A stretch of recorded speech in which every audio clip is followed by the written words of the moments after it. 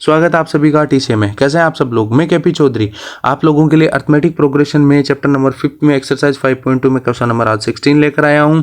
देखिए किस तरीके से अपन क्वेश्चन नंबर 16 का सॉल्यूशन करेंगे। तो जो क्वेश्चन नंबर 16 है वो ये कह रहा है कि डिटरमाइन द एपी, यानी अपन को एक एपी पता करनी है। वो थर्ड टर्म इज 16, यानी उसका थर्ड नंबर अपन जो टर्म है वो 16 है। And the seven term is term exceeds the fifth term by 12। ध्यान से सुन लेना है, यानी कह रहा है कि उसकी थर्ड टर्म तो अपन को डायरेक्ट गिवन है 16, और जो सेवंथ टर्म है ना वो जो फिफ्थ टर्म है उससे 12 ज्यादा है। तो सबसे पहले अपन थर्ड टर्म के according a3 is equals to 16 लिखते हैं। a3 इज इक्वल्स टू 16, उसके बाद a plus 3 minus 1 into D, यानी अपने पास जो a प्लस 2d की वैल्यू है ना वो 16 गिवन है। ध्यान ये आपको हमेशा होना चाहिए कि अगर थर्ड टर्म गिवन है तो a प्लस 2d आएगा और वो इक्वल्स टू 16 आएगा।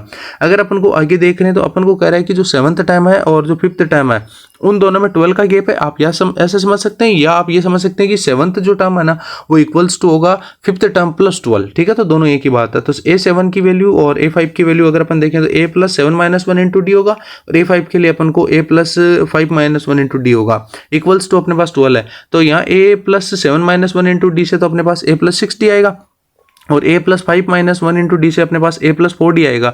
लेकिन बाहर माइनस होने से ये दोनों नेगेटिव हो जाएंगे यहाँ तक। ठीक है, आगे देखिए 2d, यानी अपने पास देखें तो a से कैंसिल हो जाएगा, और 6 माइनस 4d करोगे तो 2d आएगा। इधर अपने पास 12 है तो यहाँ अपने पास आ जाएगा d इक्वल्स टू 12/2 करने पर 6, यानी अपने पास नंबर ऑफ जो टर्म्स हैं उनके अकॉर्डिंग अपने d फाइंड आउट कर लिया है। आगे देखें putting the value of d in equation number first, यानी जो अपने पास इक्वेशन नंबर फर्स्ट है उसमें d की वैल्यू पुट कर देते हैं।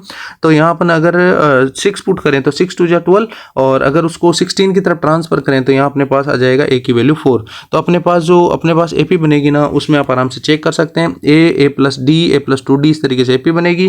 तो अपने पास a की वैल्यू 4 है, तो पहला टर्म 4 हो जाएगा, फिर 4 प्लस 6 से 10 आएगा, फिर 4 प्लस 6 इंटू 2 करने पे अपने पास 16 आएगा। तो कुल मिला के इस तरीके से अपन ये एपी फाइंड आउट कर सकते हैं। आप लोगों को अर्थमेटिक प्रोग्रेशन के अगर वीडियोस पसंद आ रहे हैं तो उन्हें जरूर लाइक करना, अपने दोस्तों के साथ शेयर करना, और प्यारे प्यारे अच्छे अच्छे कमेंट्स करना, और हमें कंटिन्यूसली आप इसी तरीके से सपोर्ट बनाए रखिए।